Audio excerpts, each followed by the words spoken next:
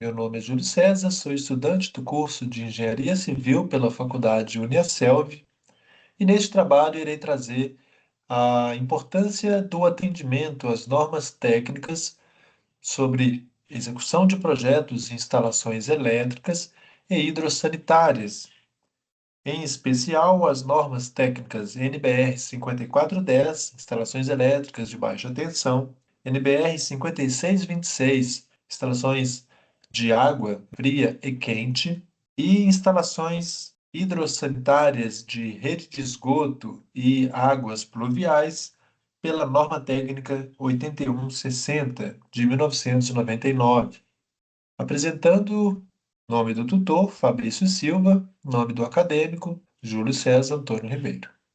Iniciaremos visualizando a planta escolhida para a execução do projeto. Trata-se de uma residência com área total de 70 metros quadrados e possui uma sala de estar acoplada a uma copa, né? Bem ao lado nós temos os dormitórios da residência, dormitório 1, dormitório 2. Aqui acima a gente tem o banheiro, né? E ao lado aqui a cozinha. Também à frente aqui da sala, né, nós temos uma pequena varanda. Então essa será então a nossa planta que utilizaremos como base para desenvolvimento do projeto elétrico e hidrossanitário. Iniciaremos então apresentando o projeto elétrico, de acordo com a NBR 5410. Então, aqui, né, apresentando de uma casa unifamiliar, né, com uma área de 70 metros quadrados, apresentando também detalhamento referente ao padrão CEMIG. Na planta baixa apresentada, nós temos aqui já a distribuição do cabeamento elétrico, do qual iremos detalhar. Bom, temos aqui o ponto de início, né, o medidor de energia elétrica, ou caixa de luz, né, também conhecido como caixa de luz, aterrado aqui, né, apresentando o fio de cobre e a cavidade de inspeção de aterramento necessária aí para as instalações elétricas, né, para que se propicie ali o aterramento elétrico. Então já tem ali o aterramento vindo ali desde o padrão de medição de energia. Por sua vez, o cabeamento ele vai sair subterrâneo e é direcionado ao interior da residência, aqui chegando no quadro de distribuição de energia. Possui aí o dispositivo DR, que é representado por esse círculo, né? Então, dessa caixa do quadro geral da edificação, né, da residência, se ramificam os circuitos de iluminação, né, de alimentação de toda a residência. Então, de acordo com a NBR 5410, ela define que seja feita uma distribuição de cargas para que haja uma boa equalização da carga, para evitar que haja um superaquecimento dos condutores elétricos, consequentemente podendo gerar ali quedas de energia, superaquecimentos, enfim. Então, é preciso fazer uma equalização de acordo com a demanda energética, né? A carga demandada de cada equipamento, né? Então, a nossa iluminação, tá, foi dividido em dois circuitos. Aqui, identificando no dormitório A, nós temos aqui o círculo central. Esse círculo ele identifica a caixa de passagem, né, de luz, onde dali também é utilizado para ramificar, para transpor, né, para levar os condutores elétricos de um cômodo para o outro, né, pela passagem aqui pelos eletrodutos. Então aqui nós temos esse símbolo aqui identificando, né, acima dele temos a carga demandada de iluminação para esse ambiente, tá? Em 160 watts para esse dormitório A. Do lado esquerdo, nós temos a identificação do circuito. Como foi informado, nós temos dois circuitos, né, demandados ali para iluminação na residência que a gente vai estar vendo. E do lado direito, identificando qual que é o interruptor que aciona essa lâmpada, né, essa iluminação desse circuito aqui de iluminação. Então, dormitório A segue também o primeiro circuito 1, dormitório B, mesma coisa, né? Também no circuito 1. Aqui a gente tem na sala também, ele segue o mesmo circuito, ou seja, ele parte dos mesmos disjuntores do quadro QDC, tá? Assim como o hall. Falando aqui do banheiro, a gente já tem o circuito 2 de iluminação, tá? Assim como a cozinha, que segue o mesmo circuito, tá? Banheiro e cozinha. Então, nós temos aqui, já identificando, né, na tabela de demanda de carga, essa informação resumida. Então, nós temos 8 circuitos, cada qual identificando qual que é a referência deles, né? Referente aqui 1 e 2 a iluminação, a carga demandada de cada um, ou seja, a soma dessas cargas demandadas de iluminação de cada ambiente. Assim, né, sucessivamente. Chuveiro está no circuito 3, né, geladeira tem um circuito exclusivo para ela, assim como a carga demandada, né, a carga instalada, né. As tomadas TUI, ou seja, tomadas de uso específico ali na cozinha, né, para uso ali dos equipamentos elétricos, eletrodomésticos. Assim também como do banheiro, também temos ali tomadas exclusivas, né? A gente tem secadores de cabelo, tem uma potência alta, então tem uma demanda também alta, né? A carga instalada ali. Na sala, a gente já tem um outro tipo de tomada, que é tomada de uso geral, né? Sendo ali também instalados diversos equipamentos elétricos, né? Aparelho de som, ar-condicionado, televisor, enfim. Então também tem demanda ali uma carga alta, né? E também nos quartos, onde nós também, né, nós temos ali 2 quartos, também com tomadas de uso geral, cada um deles requerendo 450 watts de tensão, ou seja, cada tomada ali de 150. Para atender, nós temos 3 tomadas aqui no quarto A, dormitório A.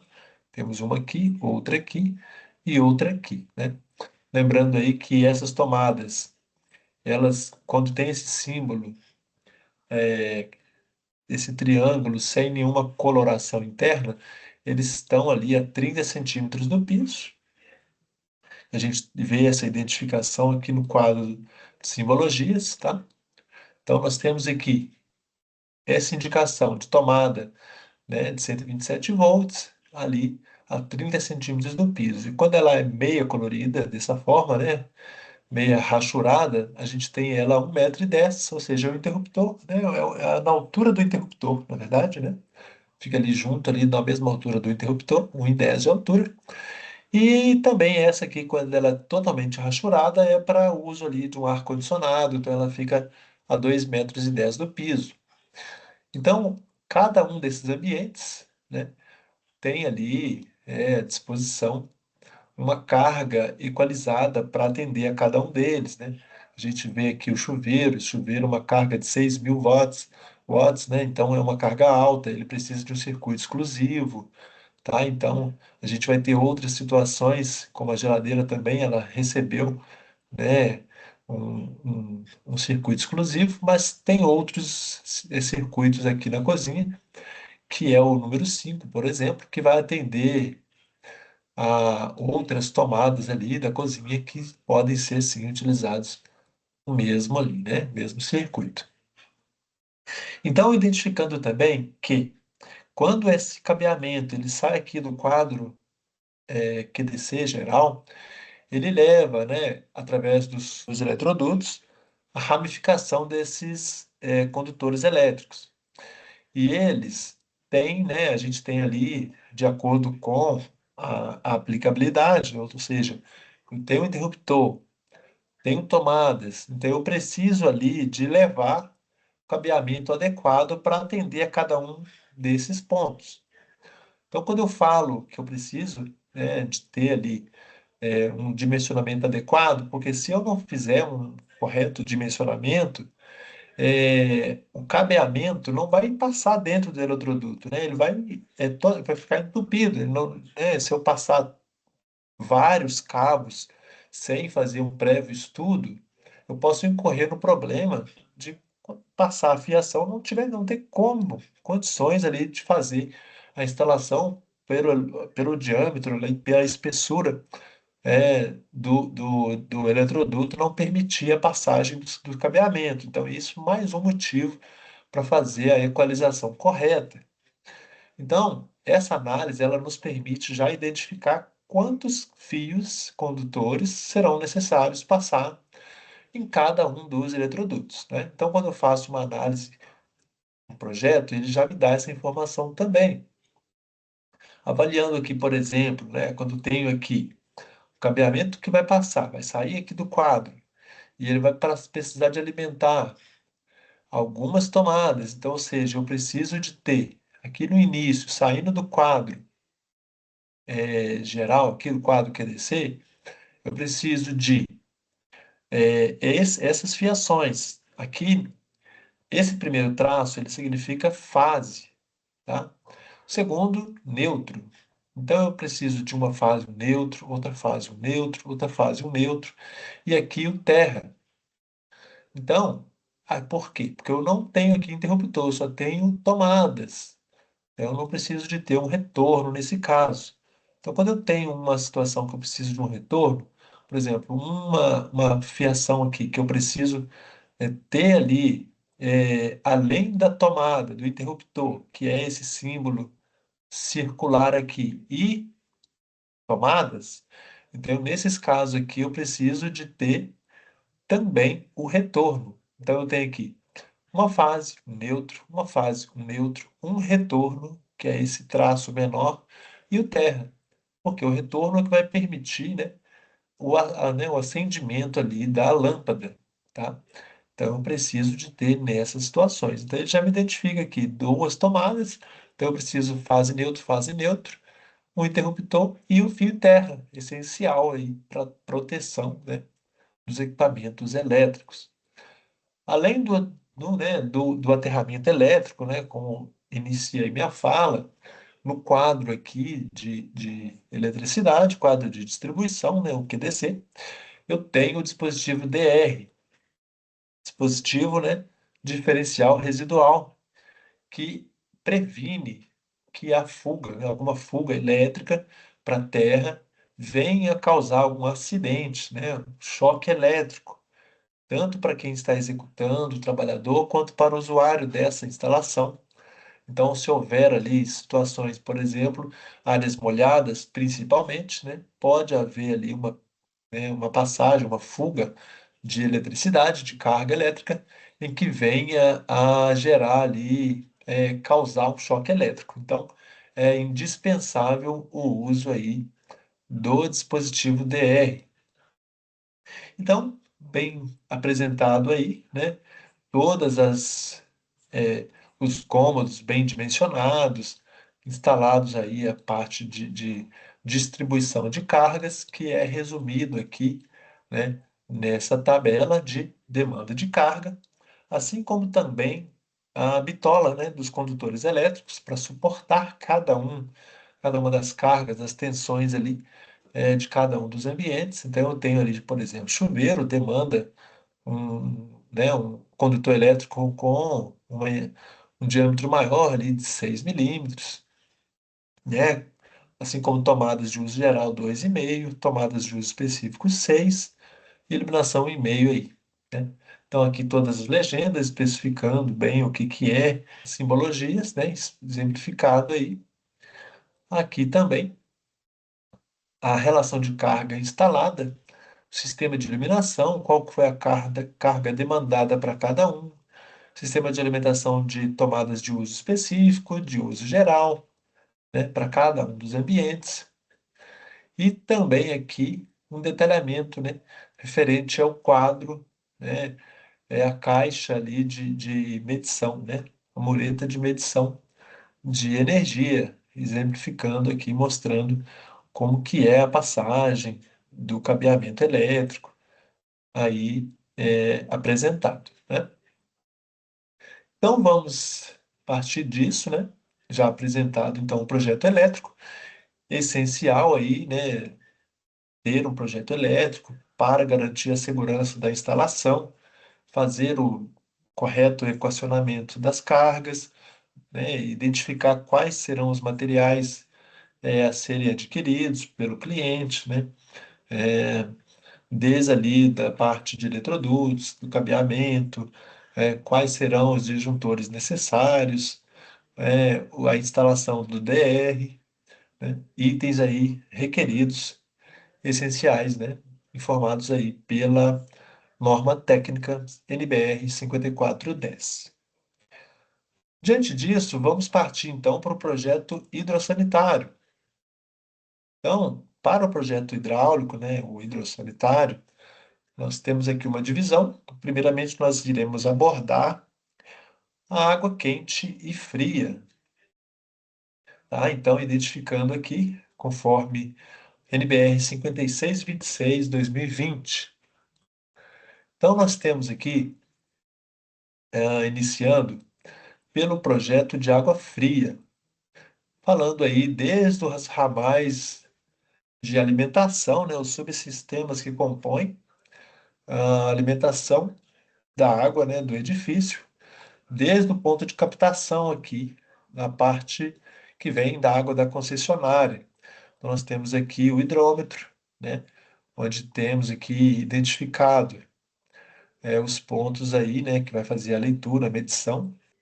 Aí aqui nós temos o ponto onde esse símbolo, nessa simbologia, identifica a tubulação que sobe, né?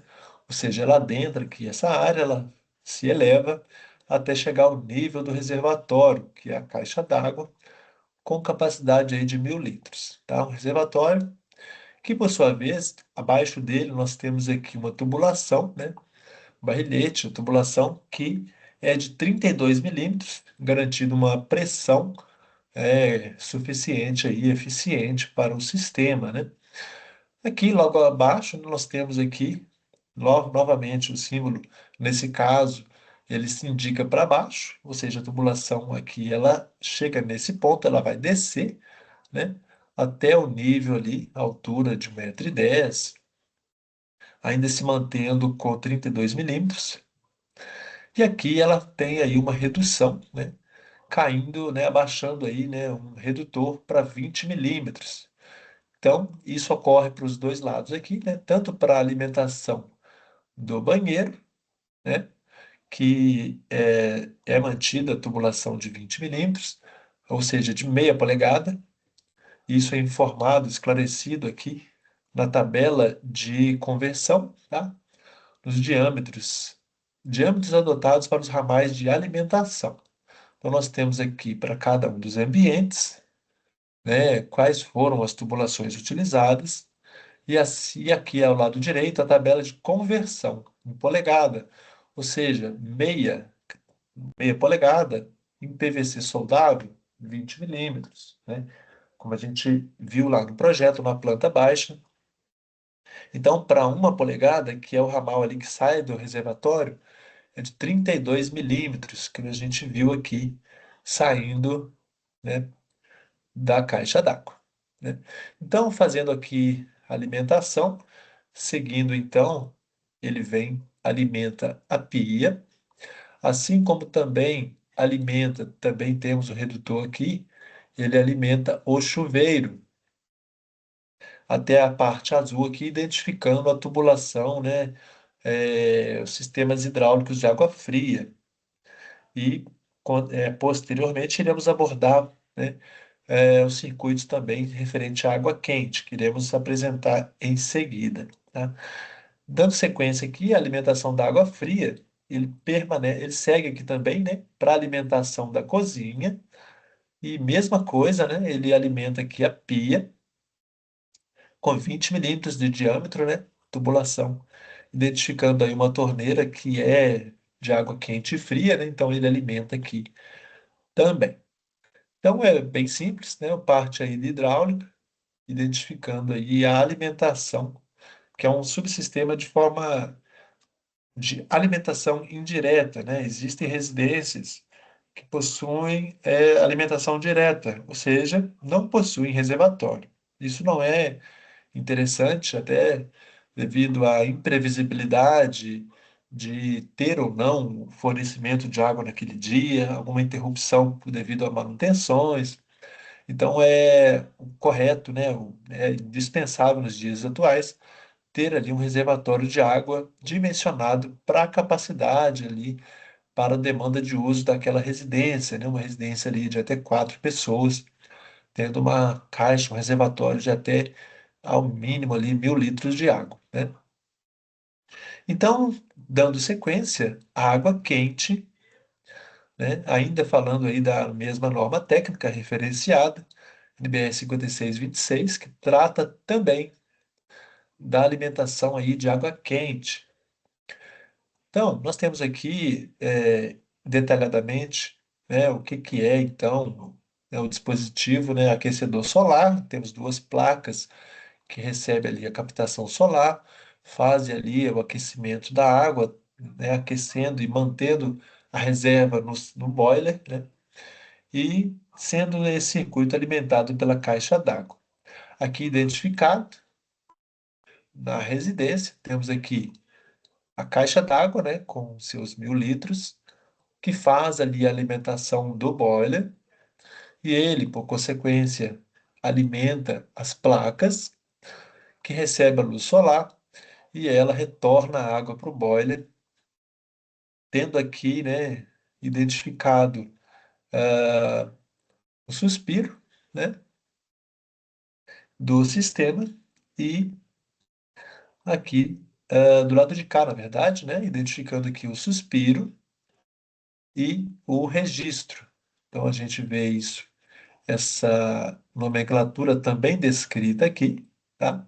Então nós temos aqui o suspiro identificado lá no boiler, assim como registro de gaveta e demais circuitos que são utilizados ali no sistema. Temos aqui a identificação das simbologias referente a cada um. Então, prosseguindo aqui, o reservatório de água ele vai alimentar o sistema com uma tubulação de meia, né? Ou seja, 20 milímetros. Aquecendo então essa água, ela vai ser conduzida numa tubulação menor, tá? De 15 milímetros, e retornando e ficando armazenada aqui no boiler, que tem a capacidade de 300 litros, que é um equacionamento feito ali para atender a uma residência de até 4 pessoas. Então, é nesse circuito, passado aqui o suspiro, então a gente tem aqui o circuito que vai alimentar a residência aqui da tubulação, aqui na parte do banho, né, do chuveiro. Então aqui ele vai chegar no registro que vai fazer a mistura da água quente com água fria. Então a tubulação ela passa pelo registro, sobe, né, e é misturada aqui na parte central para, né, alimentar o chuveiro. Assim como a água fria também, ela passa pelo registro, ela vai subir, assim como identificado aqui no símbolo, e faz aí, ela tempera a água ali, misturando os registros. Retornando aqui no ramal principal, né, saindo do boiler, ele também tem aqui uma divisão que ele vai levar a água lá para a cozinha, com uma tubulação também de 15 milímetros. Por que utiliza uma tubulação menor? Porque a água, quanto maior a distância dela, ela perde energia térmica. Ela esfria durante o caminho, né? Então, se eu tenho uma tubulação com diâmetro maior, o volume de água demandado que você vai abrir o registro e vai aguardar essa água quente chegar será muito maior. Com uma tubulação mais estreita, o volume de água e a carga térmica que se perde é menor. Então ela vem aqui, essa tubulação, ela vem por cima da residência, né? A gente está falando aqui em cima do telhado mesmo da residência, nessa visão. E ele vem até esse ponto onde ele vai descer, né? Chegando ao nível da torneira ali dentro da parede, né? E vai fazer ali a alimentação da torneira da cozinha, fazendo ali também temperando a água ali, né? Agora falando um pouquinho, né? Iremos passar para a parte de projeto de rede de esgoto, né? Então, falando aí da planta referente à norma técnica NBR 8160 de 1999, ela trata esses requisitos referente ao sistema de rede de esgoto, né? Aqui identificado em coloração verde. Então, nós temos aqui no banheiro, desde a tubulação principal, que se sai aqui, né, do vaso sanitário, as tubulações, as redes secundárias, cada uma delas identificadas com o seu diâmetro, aqui falando de 100 milímetros na tubulação da rede de esgoto principal, que sai do vaso sanitário, e saindo aqui do ralo do chuveiro, né? E também da pia, nós temos uma tubulação de 40 milímetros de espessura. Para as tubulações secundárias, é necessário que haja, né, um ângulo de inclinação maior, que vai de 2 a até 3% de inclinação. Então, para as redes primárias, né, no caso aqui, ele é aceito até de 1% de inclinação. Então, elas se reúnem aqui e vão até a caixa de esgoto, né? Então, do lado externo da residência. Juntamente a ela, aqui na cozinha, nós temos também a tubulação identificando aqui os ramais secundários, né? Identificando ali o grau de inclinação para essa tubulação, né? Falando ali de cozinha, que pode ter maiores detritos, né, que pode entupir as tubulações, então é interessante que se seja adotado até 3% de inclinação, e ela vai, então, né, uma tubulação de 40 milímetros, né, ela vai se encontrar aqui com a tubulação principal, que é de 100 milímetros, seguindo aí até a caixa de gordura, necessário para fazer manutenções, né, essenciais ali na cozinha, né? Então, ela tendo ali 60 por 60 por 60, né?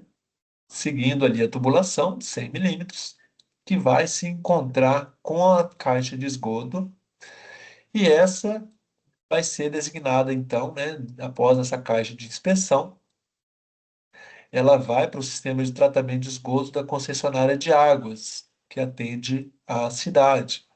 E ali tendo uma outra caixa de esgoto para fazer inspeções, manutenções, né, reparos necessários, né, que possam ser necessários, desentupimentos, enfim, também com 60 centímetros cúbicos. Então, falando agora do sistema de águas pluviais, da rede de água pluvial. Temos aqui identificado pela coloração marrom. Então, o sistema, ele inicia aqui pelas caixas, né, ou grelhas, ou caixa de inspeção, identificada por esse símbolo. Elas têm aqui 60 por 60 por 40, ou seja, 40 centímetros de profundidade, 60 centímetros de largura e de comprimento. Então, essas caixas, elas são necessárias, essenciais ali, para fazer a coleta de águas de chuva. Então, elas circundam a residência, né? Temos outra aqui, e aí ela vai descer até uma outra e circundando a residência, uma outra aqui, né? A outra aqui e outra aqui. Estas caixas devem ser instaladas conforme a demanda pluviométrica da região, próximo a calhas de água, né? Que vão receber esse volume de água e direcionar ali para a drenagem pública. Tá? Então, elas também necessitam, né, de ter essas grelhas de inspeção, essas caixas de inspeção ou grelhas, para fazer reparos, limpeza, que, né, porventura venham a ser necessárias. Aqui, identificando então as tubulações que foram utilizadas nos ramais de descarga, falando aí de cozinha, banheiro, né, quais foram as tubulações adotadas.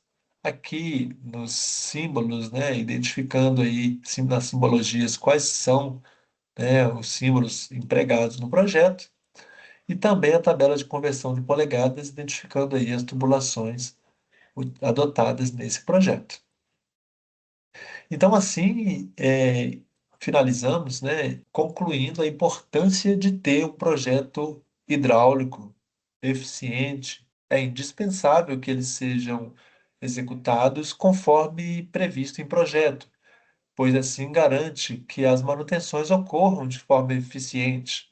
Obras executadas em descumprimento com o projeto, assim como projetos executados de forma incorreta, geram problemas, pois a manutenção é dificultosa, prejudicando a execução das manutenções de forma correta e gerando retrabalhos e tornando a manutenção mais cara.